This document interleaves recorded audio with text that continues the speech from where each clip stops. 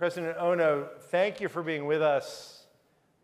We have a very serious topic at hand. I will dispense with any other conversation only by referencing the national championship this year. Congratulations. Go Blue. Now, that's it. Okay, this has been, President Ono, this has been a really challenging year for Jewish students across America and around the world. You saw that. I know you were watching intently as Noah and Hannah shared their experiences from their campuses. At Michigan, we saw anti-Semitic rhetoric. It was a difficult year. You had to contend with an encampment, protests. I'd like to start by focusing on the issue of the encampment and how you reached the decision to ask the protesters to remove the encampment, and when they refused, ultimately, to remove it, what did you do? Well, thank you very much for the question. By the way, thank you for inviting me to be part of this AJC Global Summit or Forum. It's incredibly important, this conversation, and I'm happy to be here with all of you. As occurred in about 120 other colleges and universities, we did have an encampment. It persisted on our campus for 3.5 weeks. It started soon after the Columbia one. And as you know, being an alumnus, the University of Michigan has a long history of supporting student activism. And so in that context, and with it being peaceful for much of that time, it went on, and I had a number of conversations with students of all types regarding the encampment. I spoke to the executive students on Hillel, as well as students called in an organization called FOG, Facts on the Ground, and they're inspirational Jewish students, much like Hannah and Noah at the University of Michigan. And we had conversations, and we were verging on graduation. And I asked them, should we intervene right now? Because already it was clear that that resulted in escalation and violence. And I got the clear advice from the students that they said, first, we are the COVID class that didn't have a graduation from high school. Please don't do anything to escalate things in the last few days of class and exams. And please give us the graduation we didn't have for high school. And as you know, we did that, and then soon thereafter, we asked many times for the individuals in the encampment to voluntarily decamp, and they refused. And ultimately what happened was that these become very dangerous. They're fortified, the tents are very flammable, there was quite a bit of wiring going into a limited number of sockets for electricity.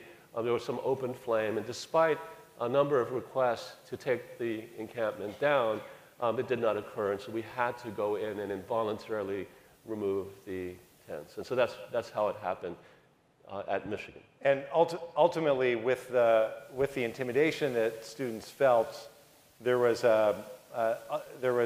rules, certainly rules in place that affected the safety of students on campus. You told them to take it down, they didn't, and you came in and took it apart. Absolutely, it is the right thing to do.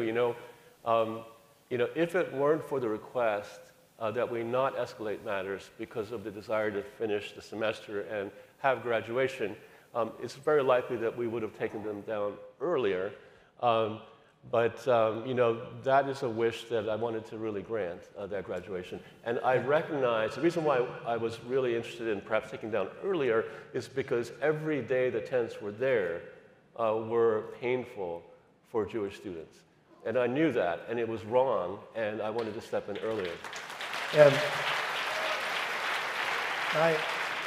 I appreciate that. And on that, just to continue there in your acknowledgement of how painful it was and what some of the challenges that exist even now, there was recently an anti-Semitic attack on one of your regents' places of work, Regent Acker's workplace. And you said clearly that harassment and attempts to intimidate have no place in civil society. So the question is, with respect to harassment and attempts to intimidate, what steps are you taking to protect Jewish students and Jewish faculty on your campus? Well, I've been very clear after the tents were taken down that I will have zero tolerance for this happening again. And I have said very clearly that moving forward, the University of Michigan will hold individuals accountable for any violation of civil or criminal statute. Enough is enough. One of the issues that comes up, it was just part of the conversation that Laura engaged in, is on the topic of BDS. President Oda, there are some universities that ended their encampments by agreeing to consider BDS, by agreeing to consider canceling exchange programs with Israel. I would ask you, how should universities be looking at conversations about BDS or any kinds of calls for restrictions on academic engagement with Israel? How's that played out on your campus? Well, I'll tell you my personal response and then the response of the institution. Okay. First of all, I've been the president of 3 universities, the University of Cincinnati, the University of British Columbia, and the University of Michigan. And in each of these institutions, I have made it clear that I am personally against BDS. And the reasons are simple. BDS is anti-Semitism because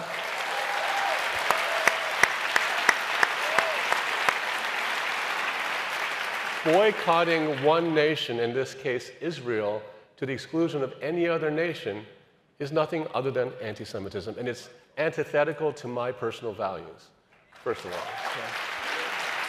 Yeah. And the calls, some universities have considered BDS. They've considered ending academic engagement with Israel. Can you tell us about Michigan's relationship with Israeli institutions, academic exchanges? How are you approaching that issue?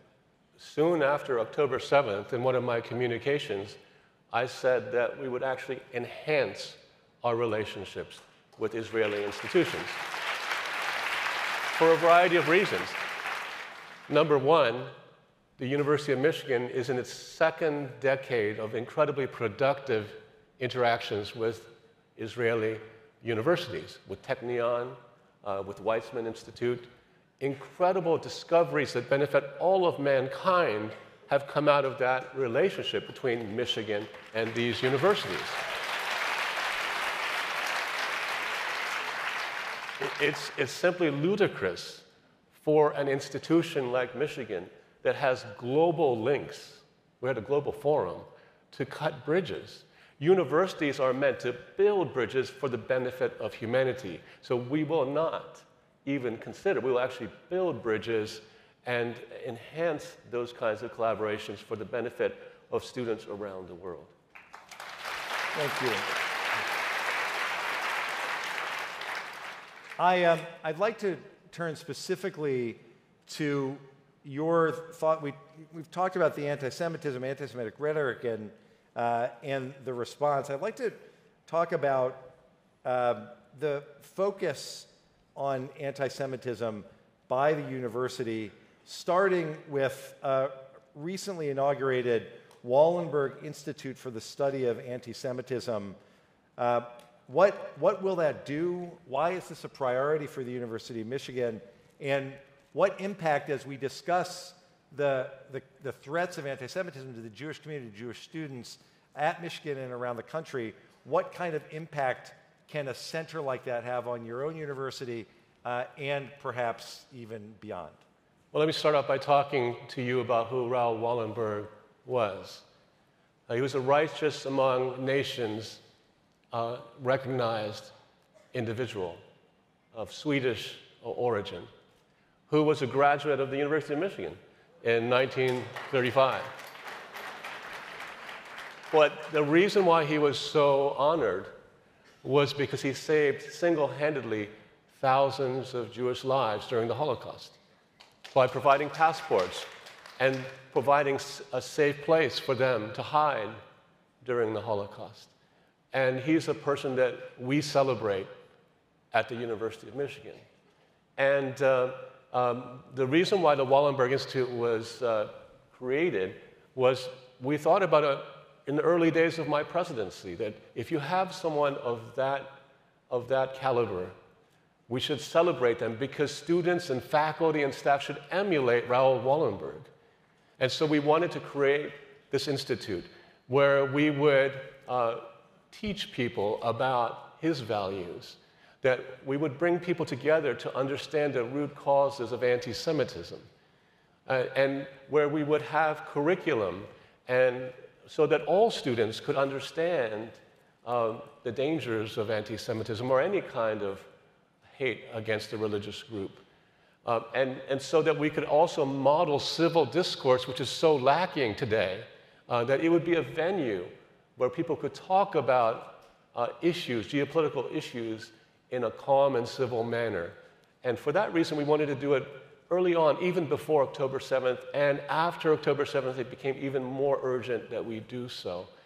And I'm really looking forward to the impact it has, not only on Michigan, but hopefully on the world. We need to lead at the University of Michigan. We have, since the 1920s, when the Ivy League schools had quotas in the number of Jewish students that matriculate, we opened our doors to Jewish students. We are one of the largest student bodies for Jewish students. We have 6,000 students who are Jewish. And for that reason, it's a part of our history, part of our tradition. It's imperative that I, as president, take a leadership role in making sure that they thrive and feel welcomed on our campuses. Thank you. So, President Ono, if I could then just follow up on that response, how are you preparing for the fall to address what I think everyone here acknowledges is the high probability of new forms of protest, anti-Semitic statements, calls for the destruction of Israel? We appreciate the center and the academic approach, but how are you thinking about and what are you doing to anticipate the fall? It will be a multifaceted approach. We are very hard at work, as is the case on all the colleges and universities across the nation. In addition to the Wallenberg Institute, we're thinking about how to create new spaces beyond the Wallenberg Institute for civil discourse. We're actually committing the whole year to a year of democracy and civic engagement. That's how important it is for us. But we will also, as an institution, like I said, double down on our connections with universities and institutes. In Israel, we will be at events like this because we want to interact with you. We need your help. We need to be in this all together to combat anti-Semitism. And thank you for giving me this opening. Michigan has partnered with AJC on a number of initiatives already. We've taken university leaders to Israel on Project Interchange.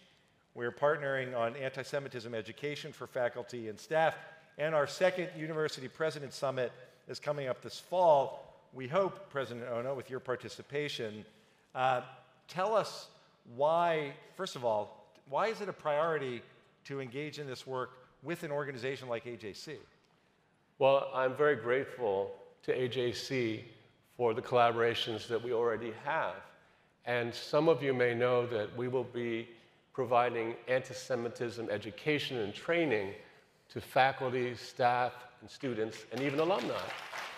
And we have already leaned heavily on the AJC, and we're very, very grateful for all the expertise that exists here.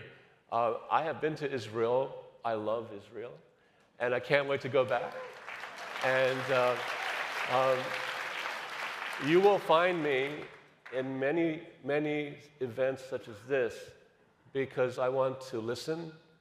I want our students, not only those at Michigan, but everywhere, to know that the presidents of the colleges and universities care about them. It's important.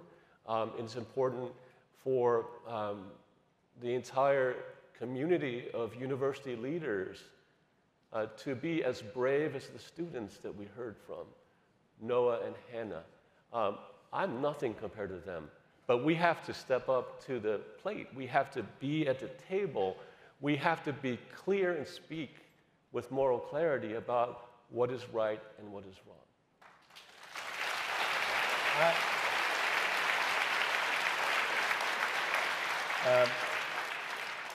President Ono, it shouldn't be that hard to say in front of almost 2,000 Jewish leaders from around the world that we have to speak with moral clarity about this moment, but unfortunately for too many it is. Thank you for saying that out loud with us. And finally, President Ono, we have several hundred campus leaders from around the world who are here at Global Forum. Jewish students want to know that their university officials are listening to them, that they will engage with them. And they want to know that their university presidents will engage with them as they would with any other student population. Tell us what, as we prepare to wrap, tell us what you'll be doing this fall to ensure that you're actually listening to student voices on campus in the face of this anti-Semitism that we've seen since 10/7. I'll be very honest with you. During this year, as you say, it's been a very difficult year. If there was one thing I would do better, it would be more present for our students. You know, I'm not going to wait till the fall to answer your question. I was approached by the executive of Hillel, by Facts on the Ground, FOG, and these students, every single one of them are inspirational, just like Noah and Hannah on our campus. And I've spent time with them. I would have done it earlier if I were to do it again, but I have met with them before the end of the semester. I'm going to meet with them before they come to campus. I'm going to meet with them regularly throughout the year. I was going to go to Hillel for Shabbat dinner, and some of you may know that I went there. When I was going there, it got out that I was going to attend, and there was a concern that I would be a disruption to what should have been a joyous occasion. This time around, no matter what happens, I'm going to go there because being present is important. And President Ono, do you have a message specifically for the students? I think so often in these meetings we talk about the students, but they're here. They deserve to hear from you. Well, I don't know. Could the students stand? I can't see all of you. Could you please stand so we can give you a round of applause? Please stand.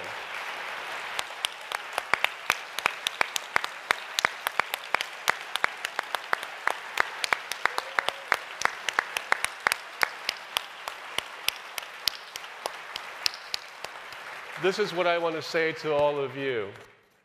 Thank you for inspiring leaders like me. You know, I was close to tears in listening to Noah and Hannah, their bravery. You know, the one thing when I was speaking to Barack Obama when he spoke in Vancouver that gives, in that case, him, but in this case, me, hope, is the amazing clarity, integrity, and civility of the next generation that comes behind us. And what I want to say to you in my last few seconds is whether you're from the University of Michigan or the University of Cincinnati or any of the colleges and universities around the world, I want you to know that we will stand with you. We hear you, and we're going to do everything we can to make this year a better year than last year. Thank you so much. President Santa Ono, thank you, Mr. President. Thank you.